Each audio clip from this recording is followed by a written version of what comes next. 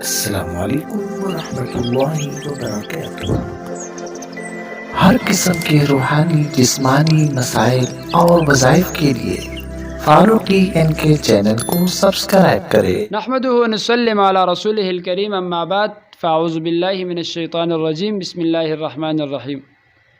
میرے محترم بھائیو، دوستو اور محترم ناظرین اور سامعین، روزے کے متعلق اور روزے کے مسائل کے متعلق گفتگو چل رہی ہے، تو ایک صحابی رسول صلی اللہ علیہ وسلم کے ایک واقعہ ذہن میں آیا کہ وہ روزے کے حالات میں اپنی بیوی کے ساتھ ہم بستری کر بیٹھے، اور جب حضور علیہ السلام کی خدمت میں حاضر ہوئے تو عرض کیا، یا رسول اللہ صلی اللہ علیہ وسلم، ہلک تو میں ہلاک ہو گیا۔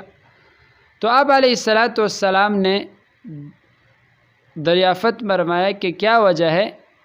تو اس صحابی رسول نے جواب دیا کہ میں روزے کی حالات میں تھا، یعنی میں روزے سے تھا، اور میں اپنی بیوی کے ساتھ ہم بستری کر بیٹھا۔ تو آپ علیہ السلام نے اس صحابی سے عرض کیا کہ آپ ایک غلام کو آزاد کریں گے، یا آپ ایک غلام کو آزاد کر سکتے ہیں؟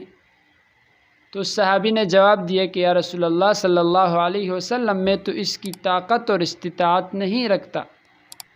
تو پھر حضور علیہ السلام نے فرمایا کہ آپ 2 مہینے مسلسل روزے رکھیں، شہرین متتابعین۔ تو اس صحابی نے پھر کہا کہ یا رسول اللہ صلی اللہ علیہ وسلم، میں تو یہ بھی نہیں کر سکتا۔ تو تیسرا آپشن یہ دیا آپ علیہ السلام نے کہ آپ 60 مسکینوں کو کھانا کھلائیں۔ تو اس نے کہا، یا رسول اللہ صلی اللہ علیہ وسلم، میں خود اتنا غریب ہوں تو میں 60 مسکینوں کو کیسے کھانا کھلا سکتا ہوں؟ تو آپ علیہ السلام نے عرض کیا کہ آپ رک جائیے، یعنی بیٹھ جائیے۔ اتنے میں کھجوروں کا ایک ٹوکرا، یعنی ایک ٹوکرے کے اندر کھجورے، وہ آپ علیہ السلام کی خدمت میں ایک صحابی لے آئے۔ تو حضور علیہ السلام نے کھجوروں کا وہ ٹوکرا اس صحابی کے سامنے رکھ دیا اور اسے عرض کیا کہ آپ یہ لے جائیے اور یہ غریبوں اور مسکینوں کو کھلا لے، ان پر تقسیم کر لیجیے۔ تو وہ صحابی نے آگے سے